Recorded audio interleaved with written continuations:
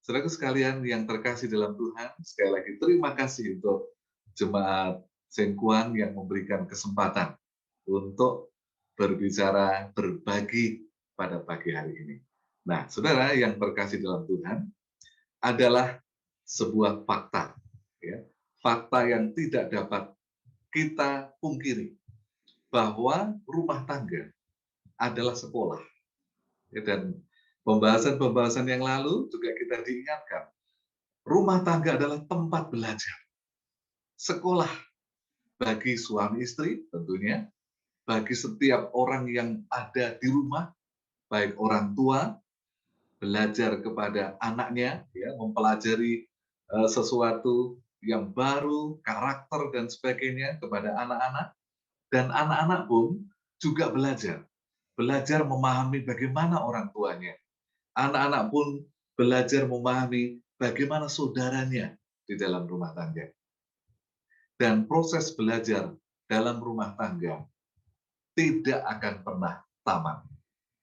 Kebanyakan kegagalan dalam rumah tangga adalah karena anggota keluarga itu berhenti belajar. Suami berhenti belajar tentang istrinya. Istrinya berhenti belajar untuk memahami suami. Orang tua merasa tahu semua tentang anak-anak, sehingga tidak mau mempelajari lagi karakter dan perkembangan anak. Anak-anak juga tidak mau belajar memahami bagaimana karakter orang tuanya. Jadi, kita diingatkan bahwa sadar atau tidak, kebanyakan kegagalan di dalam rumah tangga adalah karena anggota keluarga itu berhenti belajar. Sampai masa tua pun, ya, karena sudah di ruangan ini ada orang tua kami, ya, sampai masa tua pun suami belum bisa memahami sepenuhnya tentang karakter istrinya. Dan sebaliknya, ibu-ibu yang sudah sangat lama menikah, ya, dan bahkan sudah senior, pasti juga mengalami hal yang sama. Kita tidak bisa sepenuhnya memahami pasangan kita. Orang tua juga begitu, tidak sepenuhnya bisa mengenal karakter anak-anak. Anak-anak juga demikian. Mengenal karakter saudara kandung pun tidak semudah yang dibayangkan. Nah, jika kita menyadari hal itu, maka kita akan tetap memiliki semangat untuk mengenal lebih dalam pasangan kita, mengenal lebih dalam anak-anak kita, mengenal lebih dalam orang tua kita. Jadi, selalu ada hal-hal yang baru yang harus kita coba mengerti. Ketika kita gagal memahami tentang pasangan kita, ketika kita gagal memahami tentang anggota keluarga kita, itu adalah menjadi awal dari timbulnya banyak masalah. Yang sebenarnya kalau masalah itu kita biarkan, ya, kecil kita biarkan, ya, tanpa kita sadari, dia akan menjadi besar dan bisa merusak keharmonisan rumah tangga. Masalah itu akan berkepanjangan dan pada akhirnya kita menyesalinya.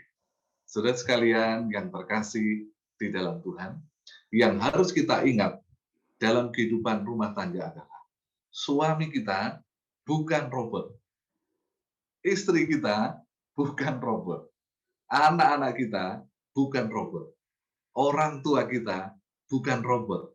Yang sekali kita kuasai manualnya atau petunjuk penggunaannya, semua akan beres.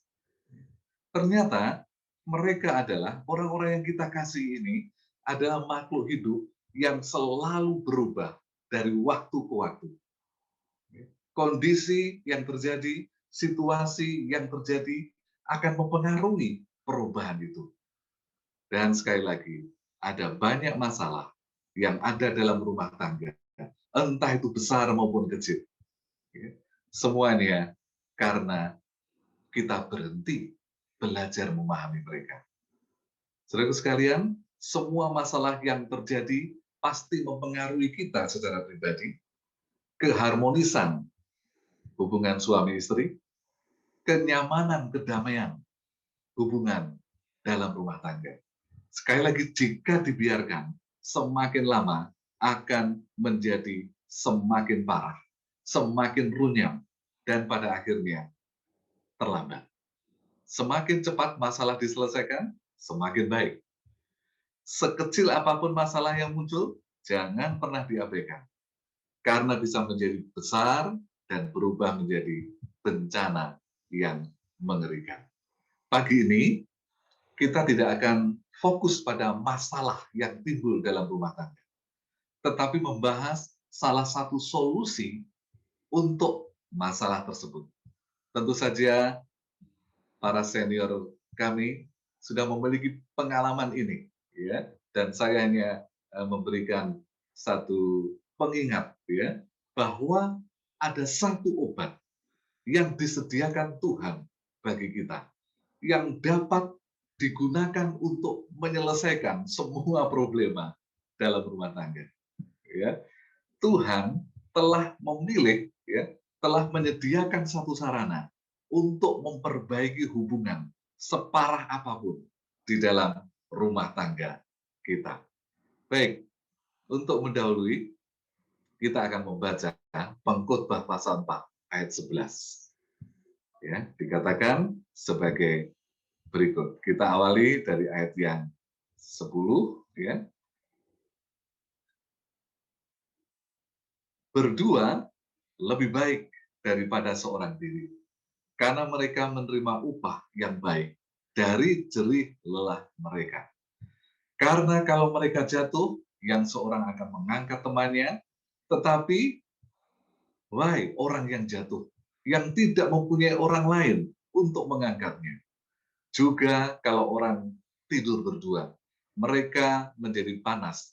Tetapi bagaimana seorang saja dapat menjadi panas? Ya. Ayat ini mengingatkan kita akan satu rencana Tuhan sejak awal. Sebenarnya Tuhan itu merancang seperti apa keluarga kita. Ya. Rancangan Tuhan sejak semula ketika diciptakan lembaga rumah tangga adalah hidup bahagia, hubungan yang hangat, hubungan yang harmonis, hubungan yang saling menopang satu dengan yang lain. Idealnya pernikahan, gitu ya, idealnya pernikahan adalah membuat seorang yang sudah bahagia hidup lebih bahagia lagi. Seorang yang masih single yang hidupnya bahagia, idealnya kalau menikah lebih bahagia lagi.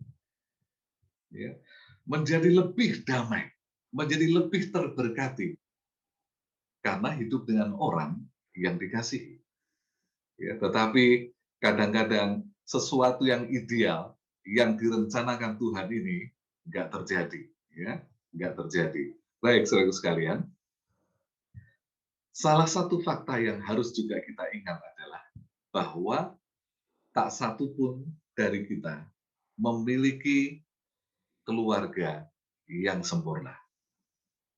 Adalah juga fakta bahwa secara umum ini ya, dalam kehidupan rumah tangga, terkadang kita mengatakan sesuatu atau melakukan hal-hal yang tanpa kita sengaja, atau mungkin juga disengaja, menyinggung perasaan, menyakitkan orang-orang yang kita cintai. Ya. Bisa jadi karena kita latah dalam bicara, ya, atau bahkan dalam sebuah bercanda, ketika waktu bercanda, ya, tanpa disengaja ada kata-kata yang menyinggung, ada kata-kata yang menyakitkan, ya, dan saudara sekalian, karena situasi kondisi yang tidak pas, candaan itu, pembicaraan itu, ya, dan semua yang kita lakukan kadang-kadang melukai perasaan anggota keluarga kita. Ya, karena mungkin anggota keluarga kita itu mood-nya sedang tidak baik. Ya. Sedang ada masalah mungkin di tempat belajar bagi anak-anak kita. Atau sedang ada masalah di kantor dan sebagainya. Sehingga membuat keluarga kita itu sensitif. Kata-kata yang biasa kita sampaikan candaan yang biasa kita sampaikan, ya, jadi menyinggung perasaan dan menyakitkan. Ya, kita semua memiliki kesalahan yang dalam tanda kutip, kalau saya sebutnya, kita memiliki dosa. Dosa melalui perbuatan, perkataan, kelalaian terhadap orang yang kita sayangi.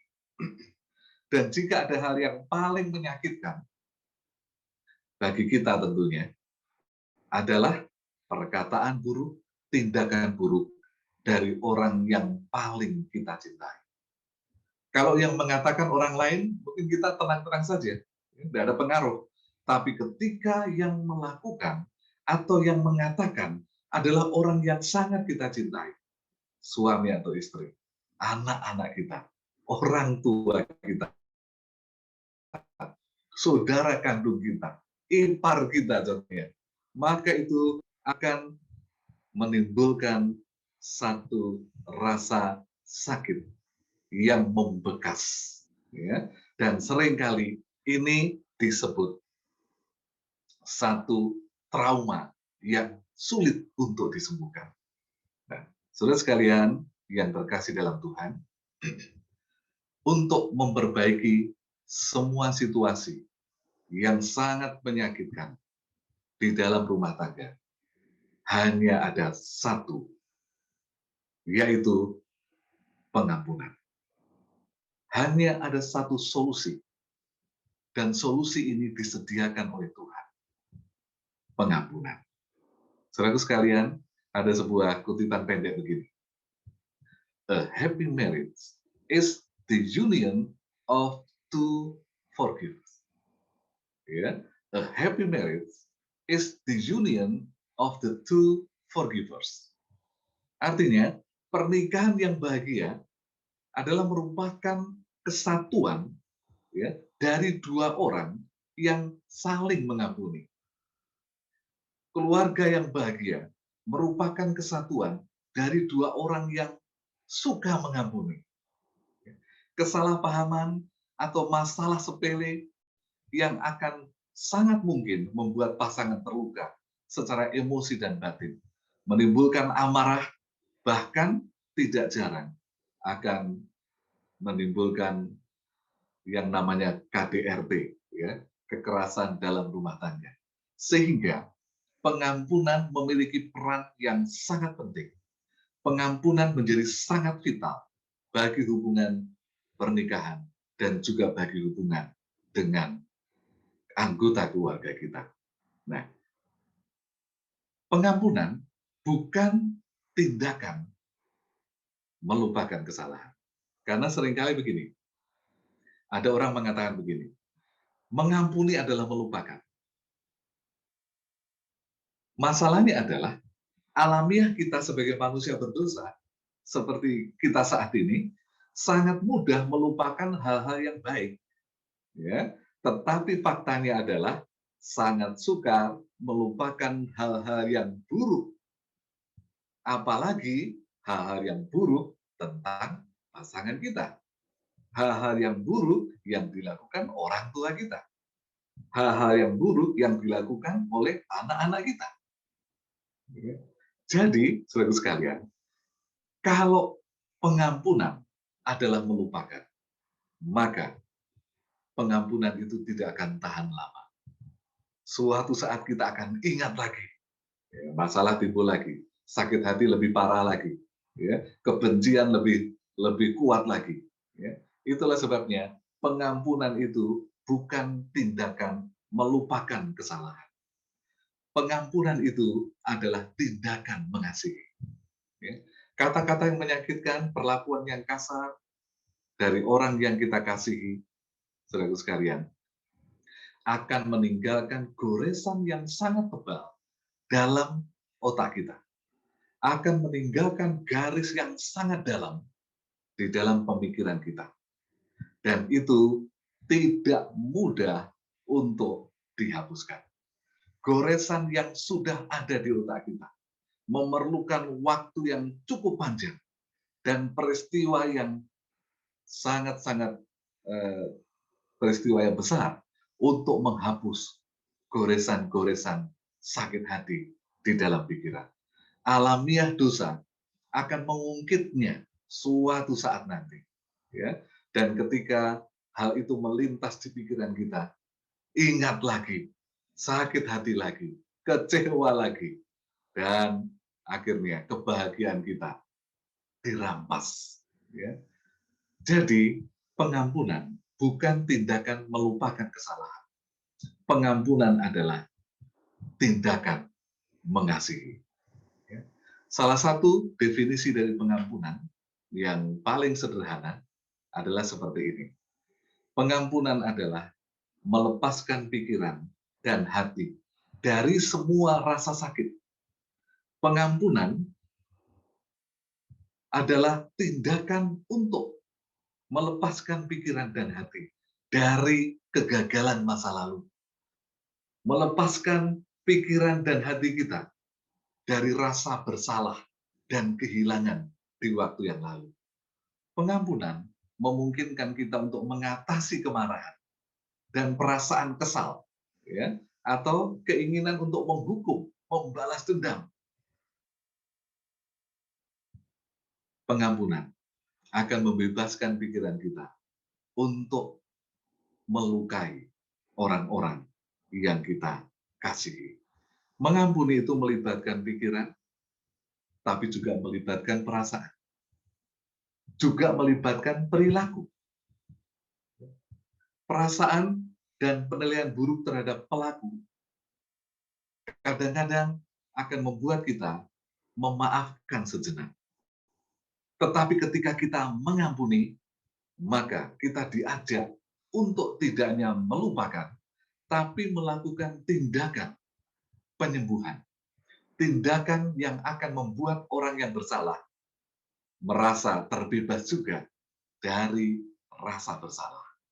Nah, saudaraku sekalian yang terkasih di dalam Tuhan, karena begitu rumitnya kasih atau cinta di dalam dunia ini, ya, karena pengampunan adalah tindakan kasih, saya ingin mengingatkan kita akan adanya beberapa macam kasih yang dikenal di dalam bahasa Yunani. Ya. Orang-orang Yunani karena rumitnya itu cinta, begitu sulitnya dipahami itu kasih, maka mereka membagi menjadi beberapa, tidak hanya 4, sebenarnya ada 8, bahkan ada 12. Ya. Tapi kita akan fokus kepada yang sudah kita kenal selama ini. Ya.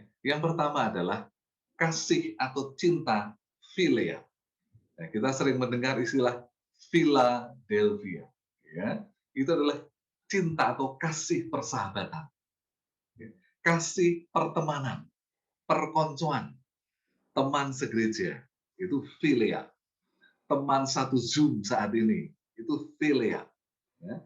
Cinta ini atau kasih ini kadang-kala mengikat kita sangat kuat. Ya. Demi sahabat, apapun kita lakukan.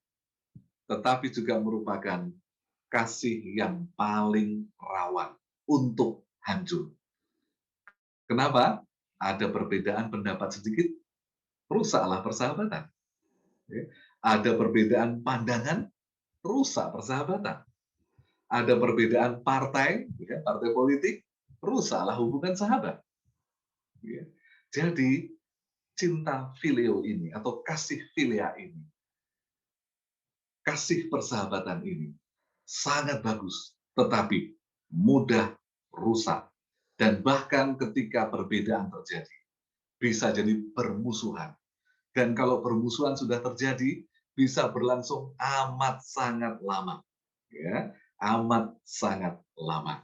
Nah, kemudian, dalam menggambarkan hubungan suami istri, dalam menggambarkan hubungan ketertarikan pria dan wanita, maka orang-orang Yunani memberikan satu istilah dengan kasih atau cinta eros. Ya. Ini adalah kasih yang didasari pada ketertarikan fisik. Paras yang cantik atau paras yang ganteng, ya, dan penampilan fisik yang lain. Ya.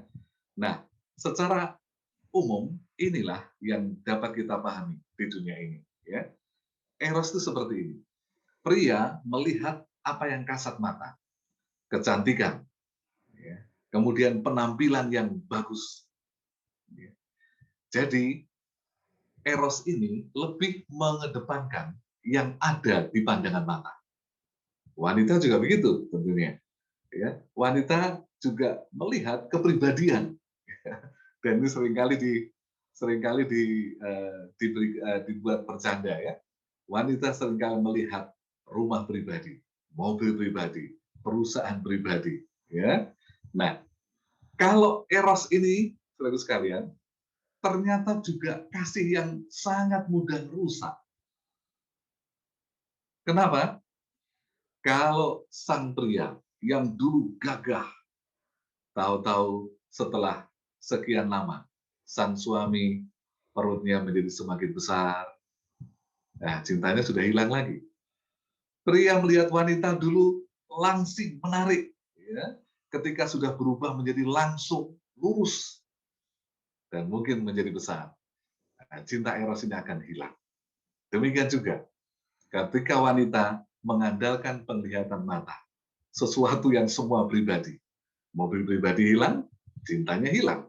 Rumah pribadi hilang, cintanya hilang. Perusahaan pribadi hilang, cintanya hilang. Saudara sekalian, begitu mudah rusak. Ini cinta eros. Kasih eros ini. Nah, kemudian yang ketiga adalah kasih storge. Ini adalah cinta kasih kodrati. Apa artinya? Cinta kasih jenis ini tidak bisa kita pilih. Ya.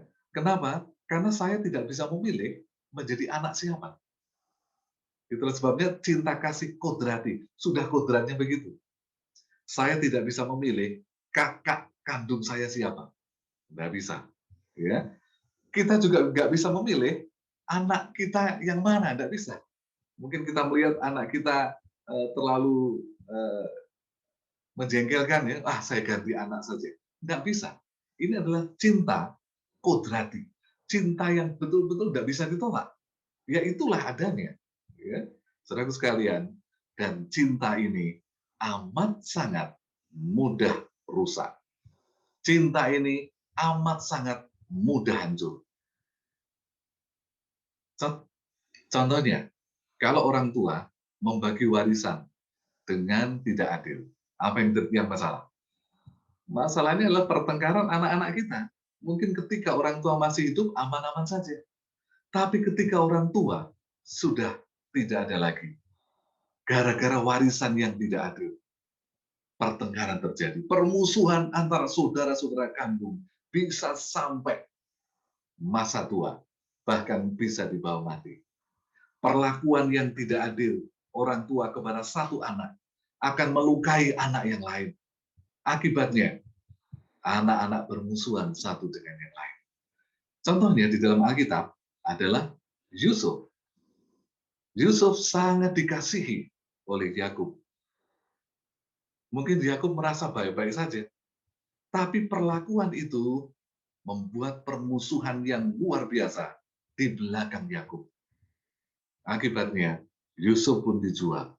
Yusuf pun ingin dibunuh oleh saudara-saudara.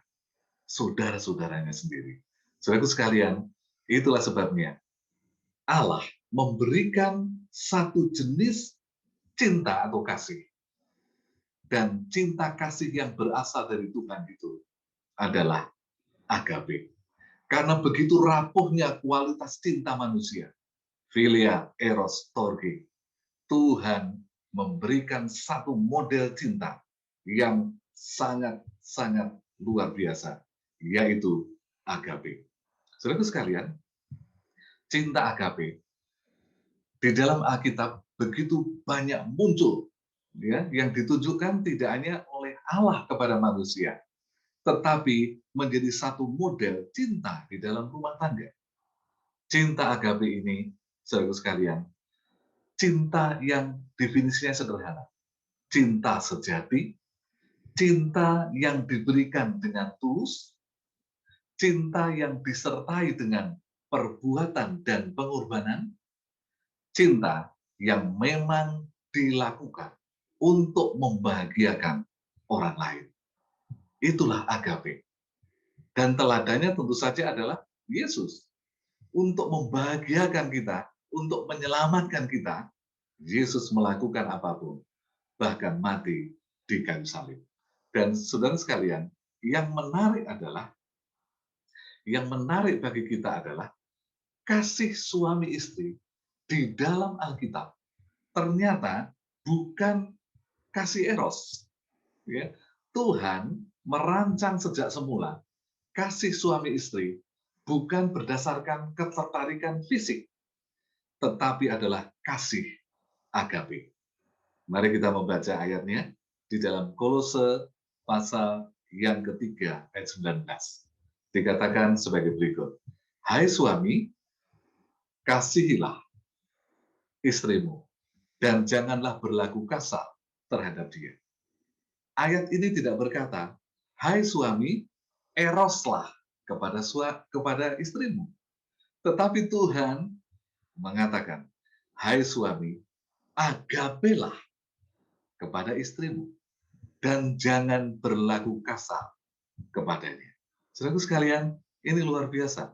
Tuhan merancang pernikahan rumah tangga adalah dengan agape. Kasih yang suka berkorban. Kasih yang tulus. Kasih yang tidak dibatasi dengan ketertarikan fisik. Tapi kasih yang betul-betul ingin membahagiakan pasangan. Kasih yang ingin membuat pasangan selamat. Ya. Saudara sekalian yang terkasih di dalam Tuhan, bagaimana dengan hubungan yang lain? Ya, kita akan membaca kasih. Bagaimana dengan hubungan anak dan orang tua? Saudara kandung dengan saudara yang lain. Orang tua dengan anak. Atau kasih storge. Kasih storge ternyata, saudara sekalian, diberikan definisi begini. Kasih storge ini juga tidak cocok untuk hubungan anggota keluarga. Tuhan merancang hubungan anggota keluarga juga dengan kasih agape. Ya. Kasih agape. Ini luar biasa. Mengapa? Karena kasih storge nggak tahan lama, cepat rusak. Tuhan merancang hubungan kakak adik, papa, anak, dan semuanya dengan agape. Kita baca 1 Yohanes pasal 4 ayat 21. Dan perintah ini kita terima dari Dia. Barang siapa mengasihi Allah, ia harus juga mengasihi saudaranya. Barang siapa agape kepada Allah, ia juga harus agape kepada saudaranya. Saudara sekalian, cinta kasih dalam keluarga begitu rapuh, tapi Tuhan merancang dengan kasih yang sempurna. Sekarang kita masuk kepada pengampunan. Ingat bahwa pengampunan adalah tindakan kasih. Sekarang ada beberapa alasan mengapa saya dan saudara harus mengampuni. Yang pertama adalah karena Tuhan Yesus memerintahkan kita untuk mengampuni. Ini kita baca ayatnya. Matius 6 ayat 12. Ampunilah kami seperti kami juga mengampuni orang yang bersalah pada kami. Doa ini seringkali kita ucapkan di rumah. Tapi seringkali maknanya yang hilang. Kita sering katakan, Tuhan ampuni kami. Kemudian ketika sampai di bagian ini, seperti juga kami mengampuni orang bersalah pada kami. Ya. Ketika kita katakan kepada Tuhan, Tuhan ampuni kami. Keras. Setelah sampai bagian pada seperti kami juga mengampuni orang yang bersalah pada kami. Kalau bisa bagian ini malah nggak kedengaran. Kenapa? Karena kita sulit mengampuni. Saudaraku sekalian yang terkasih dalam Tuhan. Apa kita sanggup mengasihi dengan kasih yang sejati atau agape? Ya. Kasih adalah pemberian Allah kepada kita semua tanpa terkecuali. Karena itu pemberian Allah, maka ketika kita punya niat untuk mengampuni, Allah memberi kesanggupan kepada kita untuk mengampuni. Kalau bukan perintah Yesus, Yesus nggak akan peduli kita mengampuni atau tidak. Karena itu perintahnya, kita disanggupkan untuk mengampuni. Keegoisan kita akan terkikis ketika kita memiliki kasih untuk mengampuni. Ya, Yesus yang memerintahkan. Dan kita adalah murid-murid Yesus. Kita ikuti teladan Yesus. Ya. Kita adalah anak-anak Allah. Ya, kita ikuti teladan Allah. Bagaimana Allah selalu mengampuni kita. Ya. Yang kedua, mengapa saya dan saudara harus mengampuni? Karena anak-anak kita membutuhkan teladan yang positif. Saudara sekalian, ternyata kita adalah betul-betul menjadi model bagi anak-anak kita. Jika saya dan saudara tidak memaafkan, tidak mengampuni kerabat, ya, maka anak-anak kita akan tumbuh dalam perasaan marah, akan tumbuh dengan perasaan kesal. Apalagi kalau setiap hari anak-anak kita mendengarkan kita ngomelin, ngerasanin, ngomongin saudara-saudara kita sendiri. Maka akan menjadi garis di otak mereka, ya, untuk membenci omnya, untuk membenci tantenya, untuk menjaga jarak pada opungnya, ya, untuk menjaga jarak pada sahabat-sahabat yang dikasihi, keluarga kita. Saudara sekalian, anak-anak kita akan tumbuh dengan perasaan marah, kesal, dan itu akan menyebabkan sulitnya berkembang di sekolah. Dalam bersahabat dengan orang lain juga akan sulit. Dan semua aspek kehidupan mereka akan terpengaruh. Bahkan jika kita ingin tetap hidup dengan anak-anak kita, di masa tua anak-anak kita ada bersama dengan kita, maka anak-anak kita akan dipenuhi dengan frustasi. Karena ketika anak-anak melihat kita sebagai orang tua, di benak mereka adalah kebencian. Di benak mereka adalah sakit hati. Setiap kali melihat orang tuanya, langsung terungkit sakit hati, kecewa, dan sebagainya. Saudara sekalian yang terkasih dalam Tuhan, mengapa saya dan saudara harus mengampuni pasangan sendiri? Harus mengampuni kakak adik kita. Karena anak-anak kita akan menuruti, mencontek, ya, mengkopi model yang kita hidupkan. Yang ketiga, mengapa saya dan saudara harus mengampuni? Karena mengampuni itu akan meningkatkan daya tahan tubuh kita. Kalau ingin terbebas dari COVID, apa yang harus kita lakukan? Ampuni, ya, mengampuni. Kenapa? Karena dengan mengampuni akan membuat daya tahan tubuh kita meningkat. Ada seorang penasehat rumah tangga yang bernama Sheila Edison. Dia mengatakan begini, ya, melepaskan kepahitan yang Anda rasakan terhadap orang lain dapat menurunkan kecemasan Anda, yang secara langsung akan mempengaruhi kesehatan mental dan fisik Anda. Pada dasarnya, perasaan buruk itu buruk bagi Anda. Terutama jika perasaan disebabkan oleh karena kenangan pahit, traumatis, yang sering timbul di benak kita, akan membuat semuanya buruk bagi kita. Saya bukan seorang dokter, tetapi kita boleh mengutip, ya, mengutip dari apa yang mereka telah kerjakan. Jadi, dengan melepaskan kepahitan yang kita rasakan pada orang lain, akan menurunkan kecemasan yang ada pada kita. Dengan demikian bisa kita balik. Kalau selama ini kita cemas, selalu cemas, ada apa? Berarti ada kepahitan di hati kita. Ada akar kepahitan yang harus kita lepas. Ya.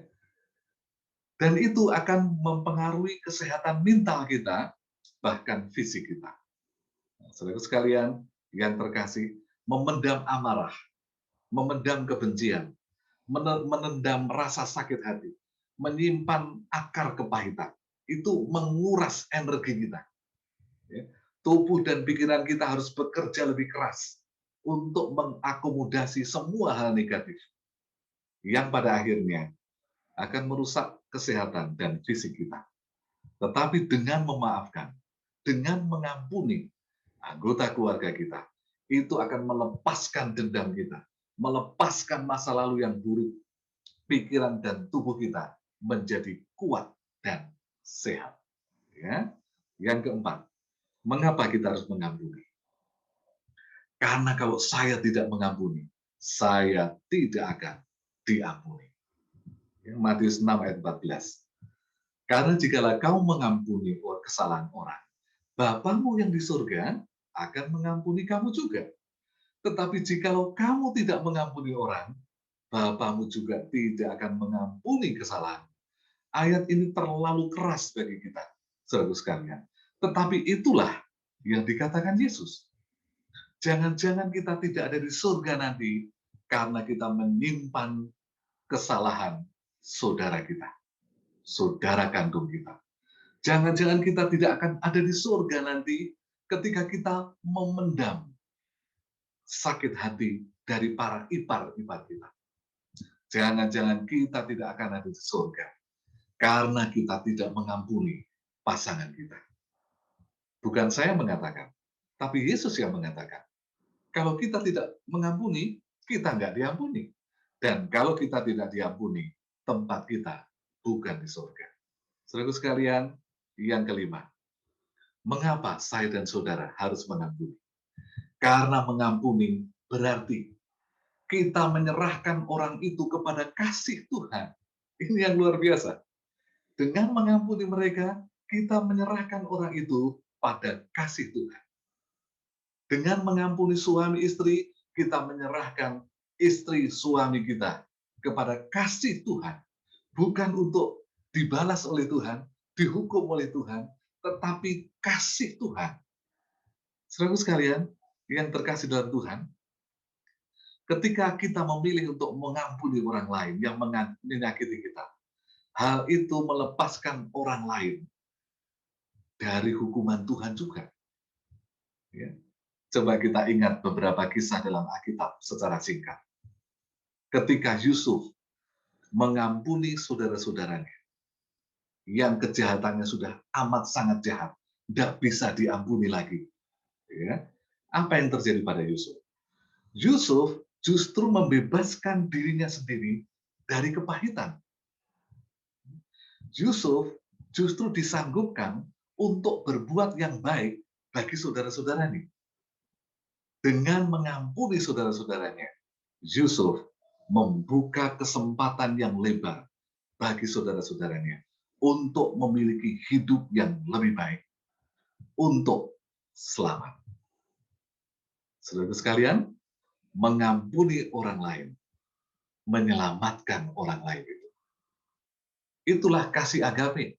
Salah satu arti dari kasih agape yang terpenting bagi kita adalah mengampuni mereka yang tidak layak untuk diampuni.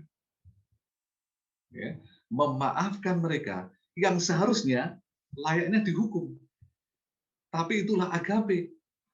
Istri yang tidak layak dikasih lagi karena mungkin kesalahannya sangat besar.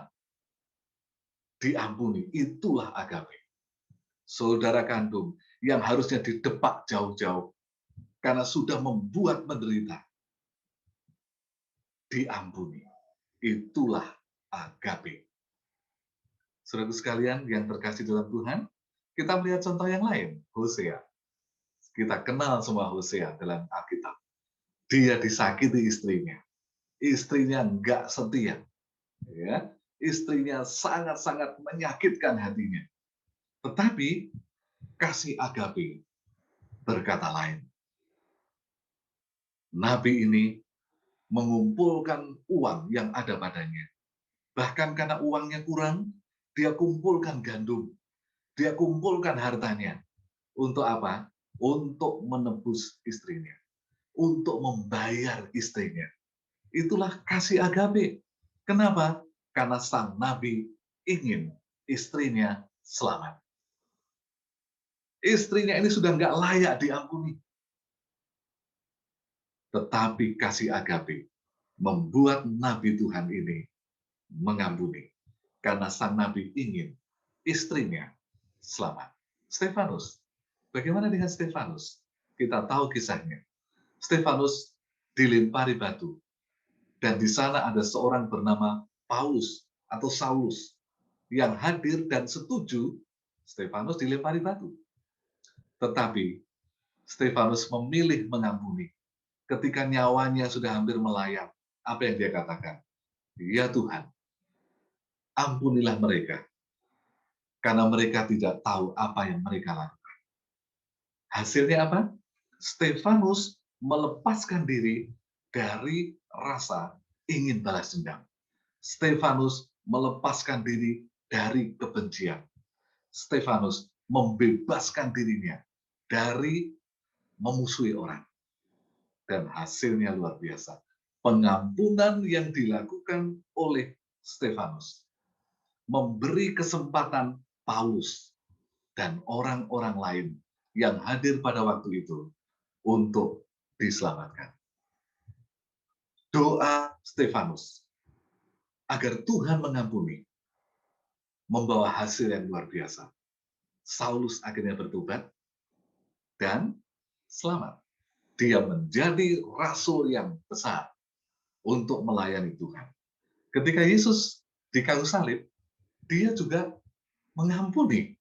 Ya. Apa yang dia katakan? Ya Bapa, ampunilah mereka, karena mereka tidak tahu apa yang mereka lakukan.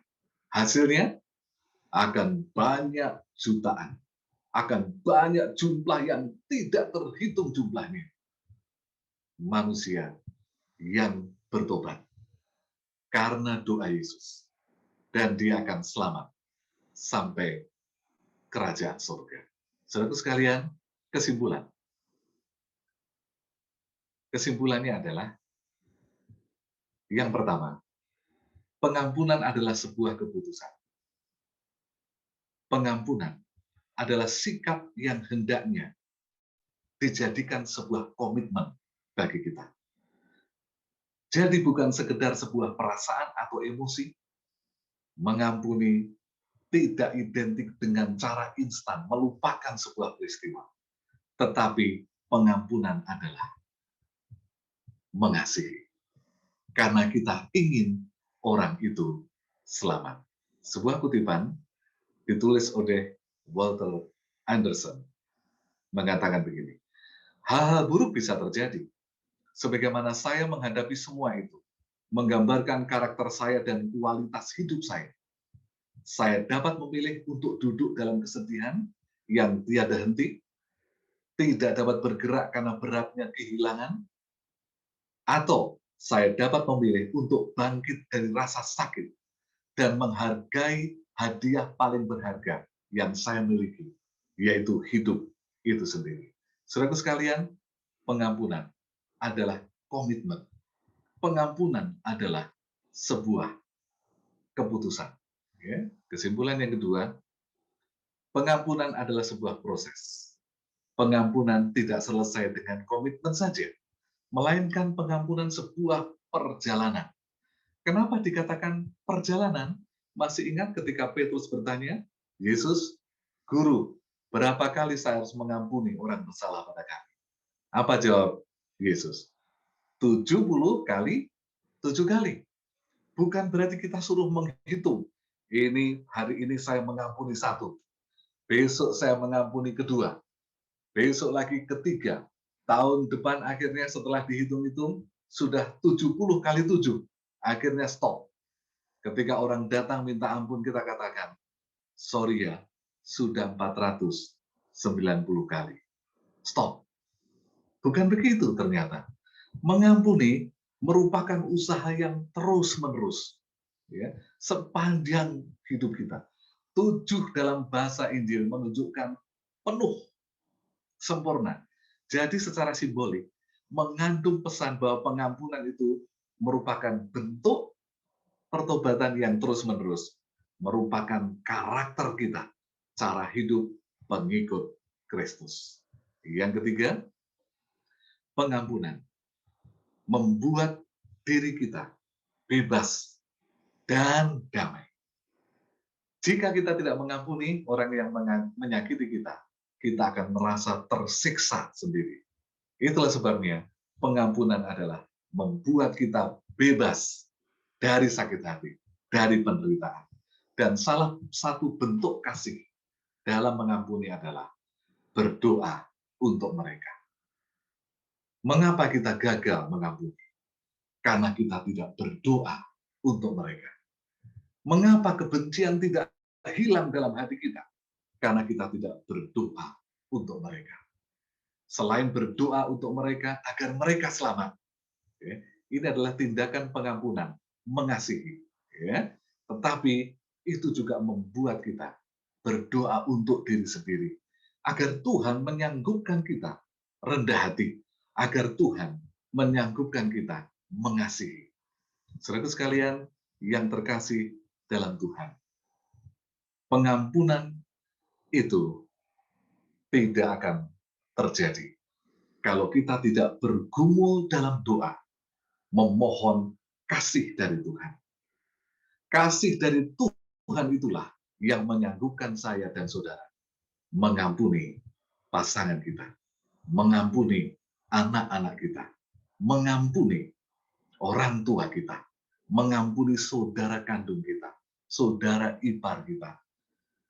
Kasih itulah yang akan membuat kita berdoa kepada untuk orang-orang yang kita kasihi, agar mereka selamat. Pilihlah untuk mengampuni. Dan jangan biarkan rasa sakit hati, karena Anda dan saya pantas untuk bahagia.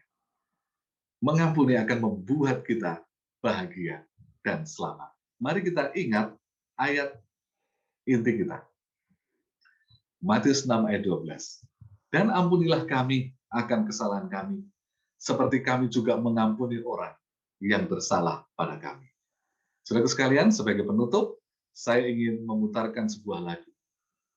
Lagu yang bertujuan mengingatkan kita, orang yang kita kasih perlu didoakan, karena mereka perlu perlindungan dan berkat Tuhan. Kita juga perlu doa dari sahabat kita, dari saudara kita, dari suami kita, dari istri kita, dari anak-anak kita, dari orang tua kita. Karena kita juga lemah, kita perlu pemeliharaan dan kasih Tuhan. Saya akan share screen untuk lagu pujian pada pagi hari.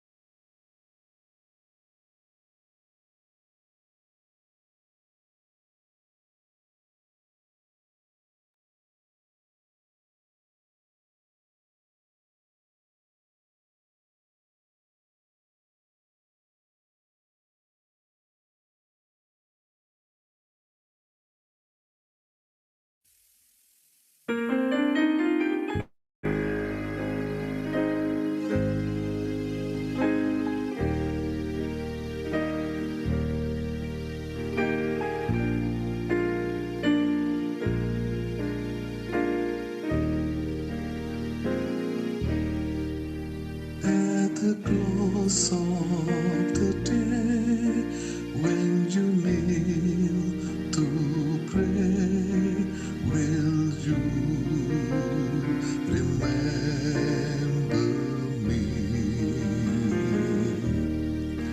I need help every day. This is why I pray. Will you remember me? When you pray, will you pray for me? For I need Jesus' love and care. When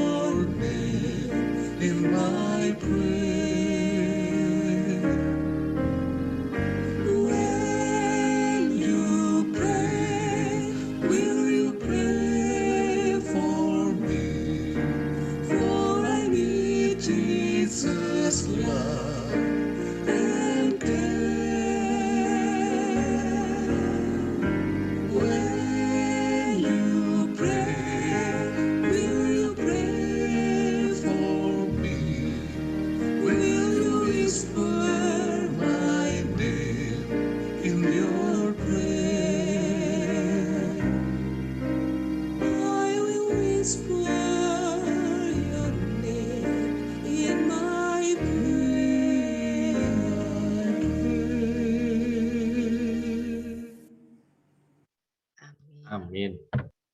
Jika Amin. mari kita mengampuni. Kiranya Tuhan memberkati.